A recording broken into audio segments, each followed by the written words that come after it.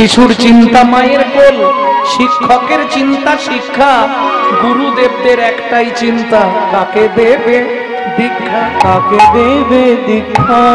যোগীর চিন্তা জগন্নাথ, ফকিরের চিন্তা মক্কা, ধনির চিন্তা সদাই ধন, ৯৯ ধাক্কা, বাইরে ৯৯ ধাক্কা। এটা একটু বোঝার ব্যাপার আছে। কিরকম?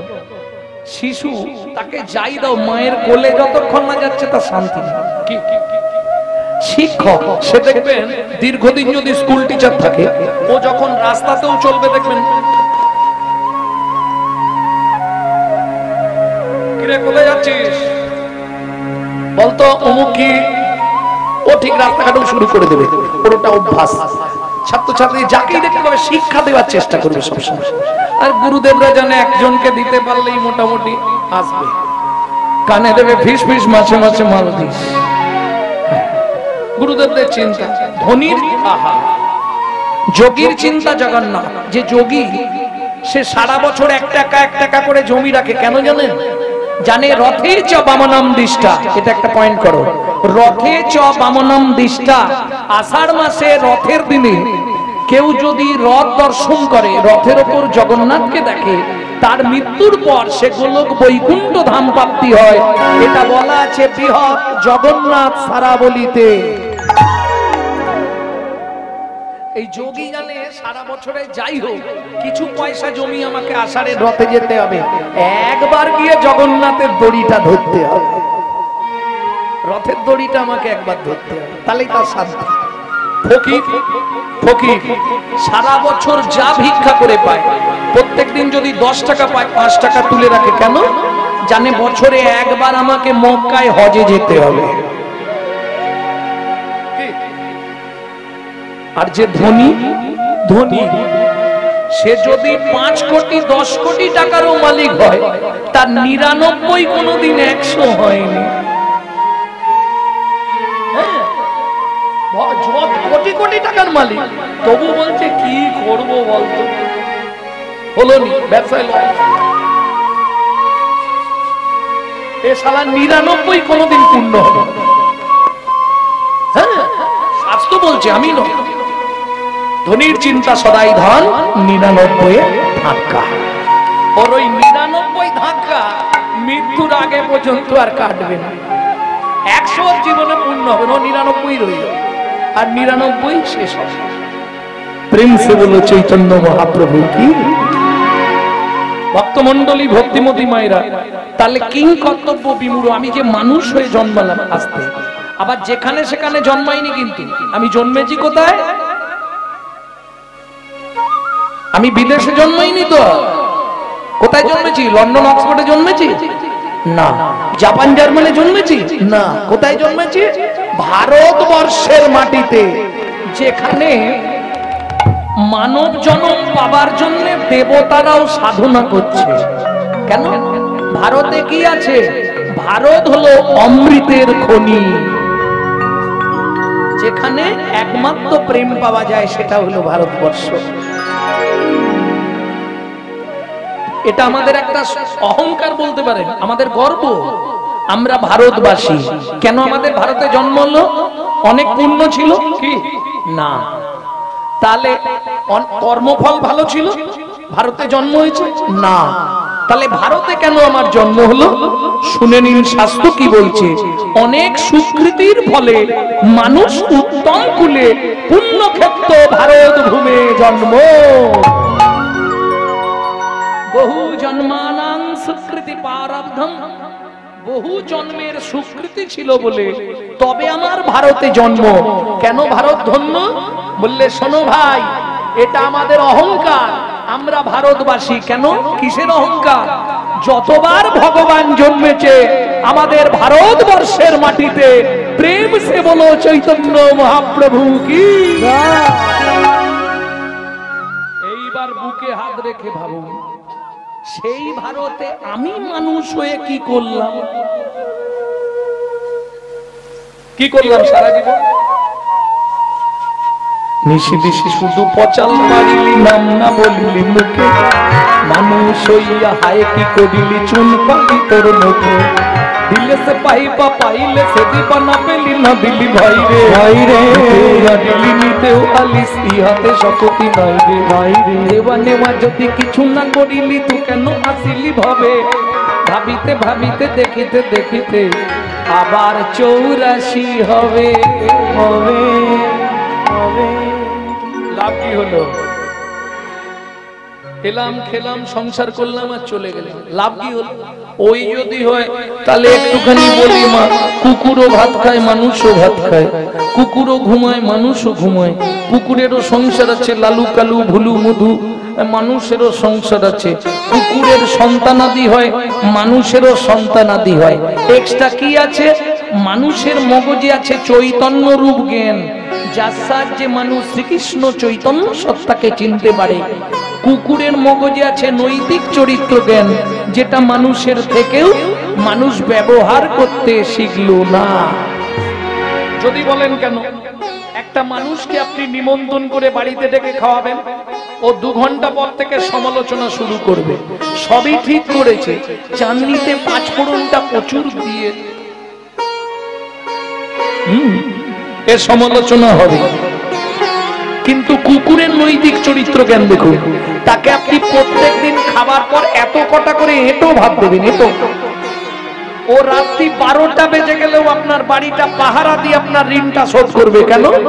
মনু সংহিতা বলছে, এটা কান খুলে শুনুন, যদি কোনো ব্যক্তির কাছে ঋণ করে মারা যায়, তাকে তার বাড়ির কুকুর হয়ে সেই ঋণ পরিশোধ করতে হয়। যার জন্য কলিযুগের ভাই বোনেদের কাছে অনুরোধ করব, যদি কারো বাবা মা ঋণ করে মারা গিয়ে থাকে, পুত্র কিংবা কন্যার কর্তব্য পিতামাতার সেই ঋণটা অন্তত শোধ করে দেওয়া। কুকুরের নৈতিক চরিত্র জ্ঞান কতখানি দেখুন। রাত্রি 12টায় বাড়ি ফিরবেন, শুধু ওর নাম ধরে একবার ডেকে দেবে, লালু এদিকে আয়, এদিকে। ও বলতে পারবে না, আওয়াজ করবে, কুকু করবে, পা চাটবে, লেজ নাড়বে। চলুন সংলাপ কি বলছে শুনে নি, যেটা আপনারা প্রত্যেকদিন ইউটিউবে শোনেন, আজকে সরাসরি শুনুন। পশু জাতি বুঝতে পারে বলতে জানে না, জানে না। মানব জাতি জেনে বুঝেও মেনে চলে না, মানব জাতি জেনে বুঝেও মেনে চলে না। ভদ্রবেশে ঘুরলে দেশে মানুষ বলে না, মানুষ বলবো যেদিন জাগবে জ্ঞানের চেতনা, মানুষ বলবো যেদিন জাগবে জ্ঞানের চেতনা। নিজেরা সব ভুগে মরে নিজের কর্ম দোষে, বাবা মাকে তাড়িয়ে দিয়ে কুকুর কিনে পোষে, বাবা মাকে তাড়িয়ে দিয়ে কুকুর কিনে পোষে। পৃথিবীতে এমন অনেক মানুষ আছে ভাই, মানুষের মতোই দেখতে মনুষ্যত্ব নাই, মানুষের মতোই দেখতে মনুষ্যত্ব নাই। মানুষ নয় মনুষ্যত্ব ছাড়া হোক না যত জ্ঞান বুদ্ধি বিবেকেতে বাড়া, ধনে আর মানে বড় বড় সেই নয়, কৃষ্ণ প্রেম যার অন্তরে তারে মানুষ কয়। নিতাই গৌর হরি হরি হরি কৃষ্ণ প্রেম যার অন্তরে তারে মানুষ কয়। তাহলে কিং কর্তব্য বিমূঢ়, আমার কর্তব্যটা কি হবে? ভাই এসব কথা বাদ দাও তো, সংসার করি, আনন্দ করি, তারপরে চলে যাই, কি এটাই ভালো না? কিন্তু একটু ভেবেছো কে তোমার আপন স্বামী? এই শোনো একটা হাসির কথা, যে তোমার স্বামী হয়েছে, আগের নাটকে আরেকজনের স্বামী ছিল, আবার পরের নাটকে আরেকজনের স্বামী হয়ে যাবে, তো অভিনয়।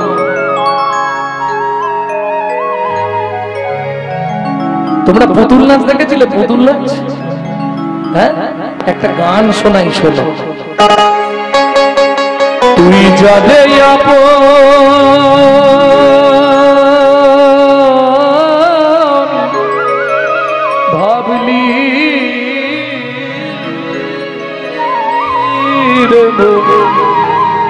যারে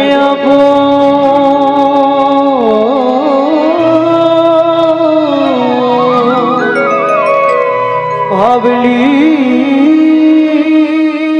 রে মন, সে তো আপন নয়। তবে একটা জিনিস দেখবেন, বর্তমান সরকার প্রত্যেক বাস স্টপেজে একটা করে ঘর করে দিচ্ছে না, বেশ সুন্দর করে স্টিলের চেয়ার দিয়ে দিচ্ছে, পাখা লাগিয়ে দিচ্ছে, বসে রেস্ট নাও। কিন্তু খেয়াল রাখতে হবে, বাস এসে হর্ন মারলেই ছুটে গিয়ে উঠে পড়তে হবে। এই পৃথিবীটা প্রান্তশালা, এসি চালাও, গুছিয়ে আরাম করো, কিন্তু খেয়াল রেখো সমনের বাস এসে হর্ন মারলেই ছুটে গিয়ে উঠতে হবে। এই পৃথিবী প্রান্তশালা মায়ার, এই পৃথিবীর পান্থশালা মায়ার যারে আপন ভাবলি রে মন, যারে আপন ভাবলি রে মন। দেখবেন যেসব বাবা মায়েরা ভগবানের কাছে কামনা করে আমার ছেলে যেন ডাক্তার হয়, সেই বাবা মায়েরাই ওষুধ বিহনে মারা যায়। বাস্তব। ছেলে যখন বিদেশে চাকরি পেল, বউ নিয়ে হরিব, এখানে বাবা মা পড়ে রই। কিরকম জানো, পুতুল নাচ দেখেছো তো? ওই ওপরে বসে একজন পুতুলগুলোকে দারুণ নাচায়। আচ্ছা বলুন তো, যার অভিনয় শেষ হয় তাকে কি করে? পুতুল নাচে যার অভিনয় শেষ হয়ে যেত তাকে কি করতো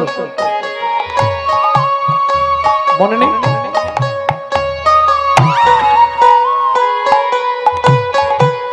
সোলার পুতুল নাচে দেখো সুতারি টানে, মানুষ তেমনি বাধা সৃষ্টির প্রাণে। সোলার পুতুল নাচে দেখো সুতারি টানে, মানুষ তেমনি বাধা সৃষ্টির প্রাণে। যখন হবে শেষ যার অধিবেশ, যখন হবে সে যার অধিবেশ, তারে তখন টেনে এই পৃথিবী প্রান্তশালা মায়ার অভিনয়। এই পৃথিবী গৌর হরি হরি শালা মায়ার অভিনয়। আস্তে আস্তে এইবার বলি কিং কর্তব্য বিমূঢ়। আমার কর্তব্যটা কি এইটা বলে দিয়ে লীলায় যাবো নাকি? আমি যে মানুষ হয়ে জন্মেছি, আমার কি আমি বলছি নি মা, আস্তে আমি বলবো না যে আপনি মালা তিলক করে রাস্তায় রাস্তায় ঘুরুন, বর্তমান কলিযুগ ওটা পারবেন না। কেন? হিন্দুদের চরম শত্রু হিন্দুরা নিজেরা। আপনি হঠাৎ করে মালা তিলক করবেন, গোটা পাড়ায় সমালোচনা হবে, দেখেছিস হারানের বউ আবার ভক্ত হয়েছে। আর বলিস রে, কত রঙ্গ দেখবো। নিজে তো করবে না, কেউ করলে পিছনে খাঁচি দিতে ছাড়বে না। এটা একমাত্র হিন্দু ধর্মে আছে, যার জন্য আজকে হিন্দু ধর্মটা সব ধর্মের পিছনে পড়ে গেছে। দেখবেন আজকে একটা মুসলমানের সঙ্গে যদি মুসলমানের দেখা হয়, তারা আল্লাহ দোহাই দিয়ে কথা শুরু করে, সালাম আলাইকুম, ওয়া আলাইকুম সালাম। আর আমাদের দেখা হলে ভোলা কোথাকে তুই একটা বিড়ি দে তো। শালা লজ্জা করেন? হিন্দু ধর্মের কলঙ্ক গুলো মন্দিরের পাশ দিয়ে চলে যায়, ভগবানকে একটা প্রণাম করে। হ্যাঁ, এরা জন্মেছে এইরকম। হরি বল হরি বল। যার জন্য এখন হয়তো শুনতে কেমন কেমন লাগছে, আর কটা দিন যা, আর বেশি না 10-15টা বছর যা গেলেই বুঝতে। আর বাড়িতে থাকতে পারবে কিনা সন্দেহ আছে, যে দিন আসছে। হ্যাঁ, হিন্দুত্ব কোনো একতা নেই তো, কোনো কিছু নেই, যার জন্য হিন্দু ধর্মটা সব ধর্মের পিছনে পড়ছে। দেখবেন বহু জায়গায় মসজিদে নেমাজ পড়া হবে, দক্ষিণ 24 পরগনায় তো গান করি আমরা, মন্দিরে হয়তো নেমাজ পড়া হবে, ব্যাস কীর্তন বন্ধ, আধ ঘন্টা কীর্তন বন্ধ থাকবে। হ্যাঁ, একতা নেই হিন্দুদের। মুর্শিদাবাদ দৌলতাবাদে নেমাজ হচ্ছে, কীর্তন বন্ধ, চারদিকে পুলিশ দিয়ে কীর্তন হয়।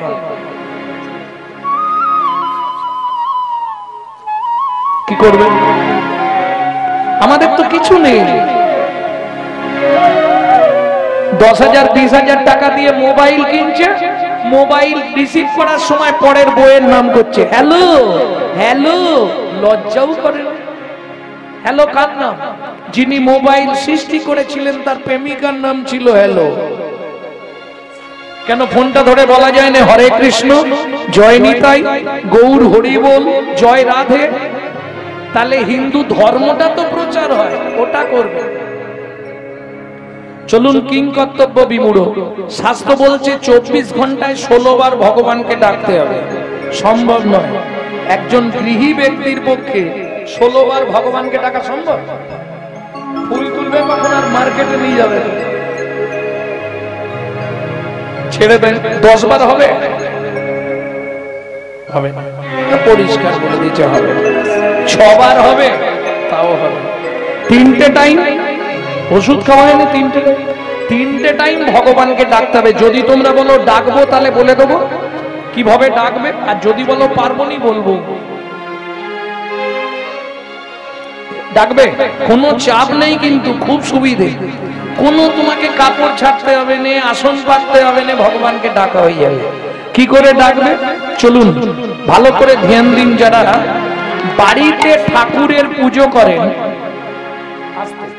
যারা বাড়িতে ঠাকুরের পুজো করেন, 3টে পাপ কাজ জীবনে করবেন না। কি কি 3টে পাপ? কোন সময় কোনো পুরি ফুল তুলে ভগবানের পায়ে দেবেন না। 3-4 দিনের বাসি পচা ফুল ভগবানকে দেবেন না। 3 নম্বর, সকালবেলা হাঁটতে যাবার নাম করে কারো গাছের ফুল চুরি করে ফুল ভগবানকে দেবেন না।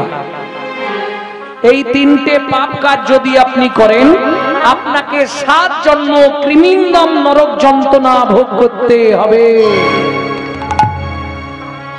শ্রীমদ্ ভাগবতের 5ম স্কন্ধে কৃমিন্দম নরকের বর্ণনায় বলা আছে।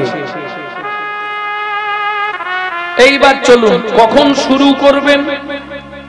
শাস্ত্র বলছে যখন থাকবে যৌবন তখন করো গোবিন্দ। এখন এখানে ঠাকুমার প্রশ্ন হবে, তাহলে আমার আর হবে না? প্রশ্ন হবে না? ওমা, বয়সকালে মনে তো মন থাকে না, মন কোথায় যায়? ধরুন যখন যৌবন, তখন 1 মন। 1 মন সমান কত কেজি? কে বলতে পারবে? 1 মন মানে 40 কেজি। বাবা মা দেখলো ছেলে বড় হয়েছে, এবার বিবাহ দিতে হবে। কারা কারা বিবাহ করেছেন হাত তুলুন। বিবাহ, সব বিয়ে করেছে। কেউ হাত তুলুন। যাকে বিশেষভাবে মোহন করা হয় তার নাম বিবাহ। আচ্ছা, বিয়েতেই চলে আসি। অর্ধাঙ্গিনী, অর্ধেক মন দিয়ে দিতে হবে। অর্ধেক মন দিলাম, রইল কত? 20। যেদিন থেকে বিয়ে করলি, এবার শুরু হলো সুশুরি।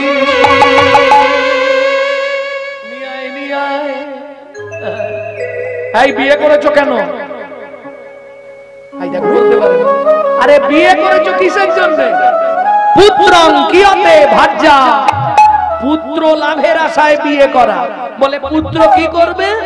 বেঁচে থাকতে ভাত দিক বা না দিক, মরে গেলে পিণ্ডিটা তো দেবে।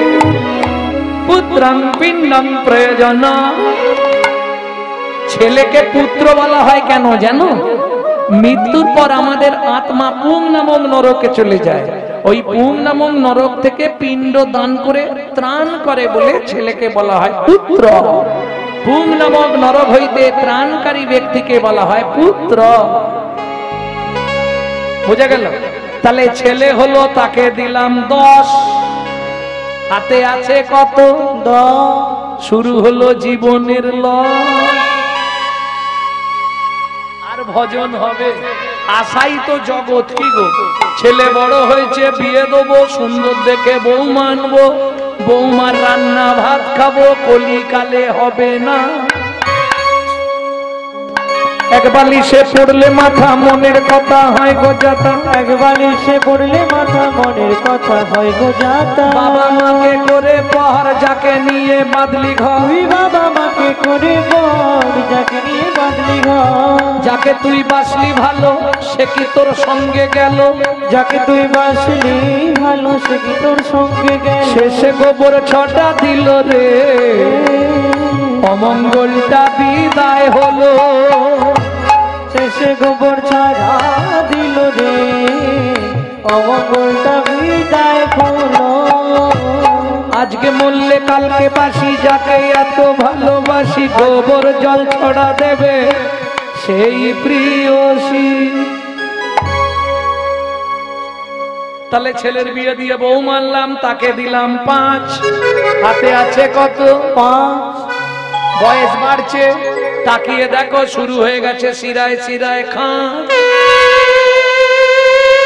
হ্যাঁ, সব সুযোগ খুঁজছে, একটু সুযোগ পেলেই বাড়াবে।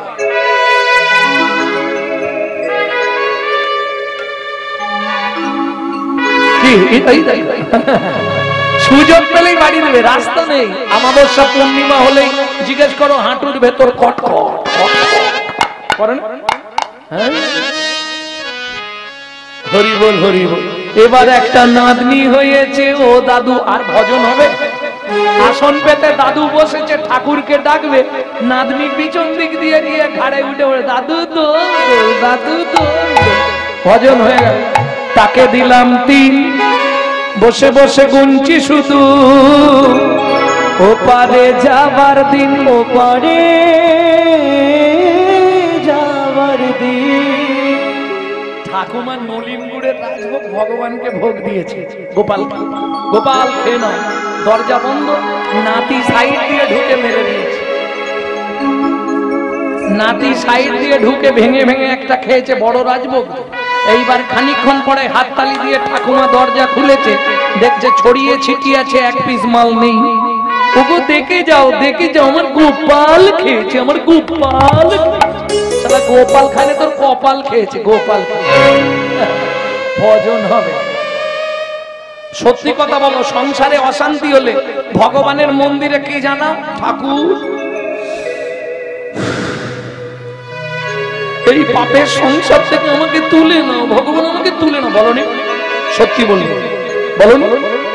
এই পাপের সংসার আর ভালো লাগে না, তুমি আমাকে মুক্তি দাও। তবে যাবার আগে যেন নাদ জামাইটা দেখে মরতে পারি। যা ছিল নিজের কাছে 2, নাদ জামাইয়ের হাতে দিয়ে শ্মশানে গিয়ে শুইল। নিজের কাছে 2, নাদ জামাইয়ের হাতে দিয়ে শ্মশানে গিয়ে। তোর ভজন সাধন হলো না রে, ভজন সাধন হলো না রে, ভজন সাধন হলো না রে, ভজন সাধন হলো না। তবে এলি খেলি আর চলে গেলি, ভজন সাধন হলো না রে।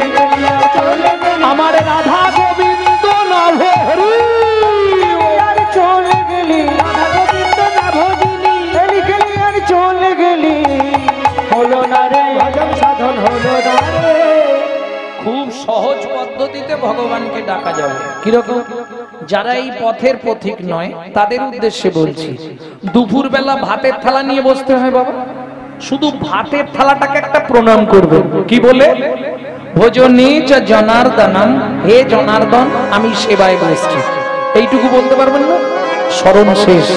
শুধু এইটুকু বলে দেয়া। কি কি উপকার পাবেন শুনে নিন। 3টে উপকার পাবেন। এটা বলছি কোথা থেকে? গরুড় পুরাণ থেকে। 3টে উপকার পাবেন। কি কি 3টে উপকার?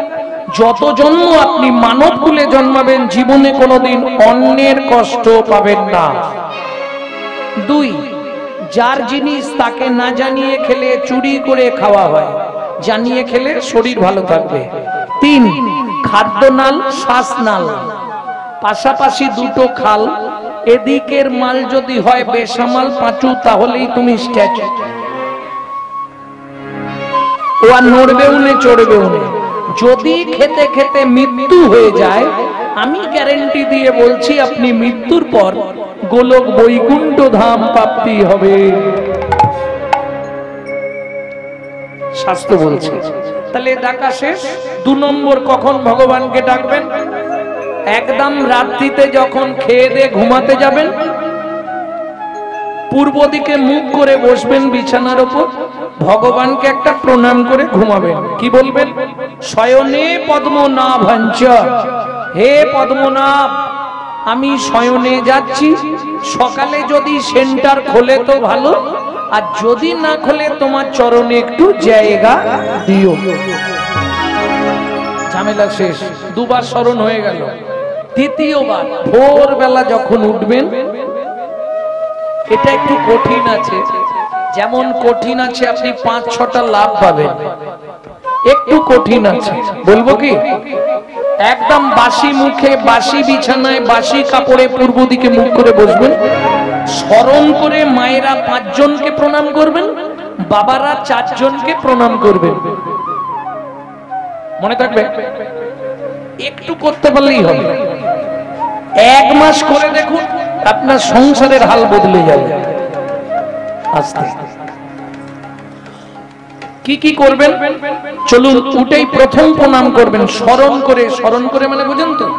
মনে মনে ভেবে, যেতে হবে না, করতে হবে। কি কি লাভ হবে আগে লাভগুলো শুনে নিন। যাদের সংসারে খুব অভাব অনটন, 3টে মাস করে দেখুন। যদি না হয় আমার ফোন তো ছাড়া আছে, ইউটিউবে নাম্বার দেওয়া আছে, নাম্বার তুলে ফোন করবেন। আমার গ্যারেন্টি একদম 100 গ্যারেন্টি, কোনো ওয়ারেন্টি নেই। 3টে মাস করে দেখুন, সংসারের হাল বদলে যাবে।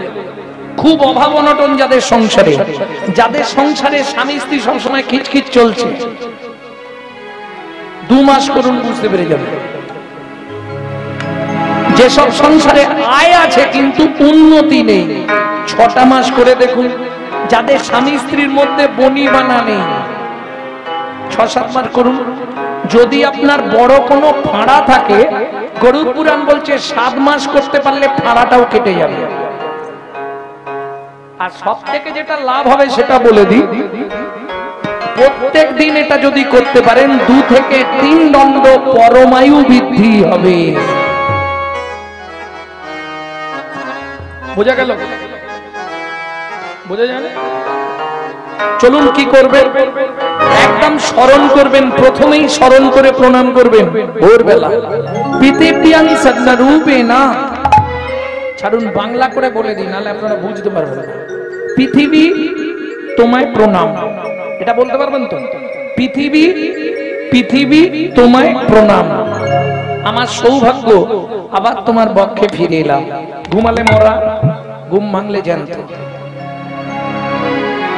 1 নম্বর শেষ। 2 নম্বর, শোবার ঘরে মাথার দিকে একটা শ্রীকৃষ্ণের চিত্রপট রাখবেন। 2য় প্রণামটা করবেন ভগবান শ্রীকৃষ্ণকে, ভগবান সুপ্রভাত, আমার সৌভাগ্য আজকে আবার তোমার চরণ দর্শন করার সুযোগ হলো। 3 নম্বর, গুরুদেবের উদ্দেশ্যে, যাদের গুরুকরণ হয়নি তারা গুরুজনের উদ্দেশ্যে, যাদের শাশুড়ির সঙ্গে ঝগড়া তারাও করতে পারবেন, কারণ সামনে যেতে হবে না, এটা দূর থেকে। হ্যাঁ, কারণ কলিযুগে তো বেশিরভাগ শাশুড়ি বৌমাটা আছে। মেদিনীপুরটা ভালো পছন্দ নেই।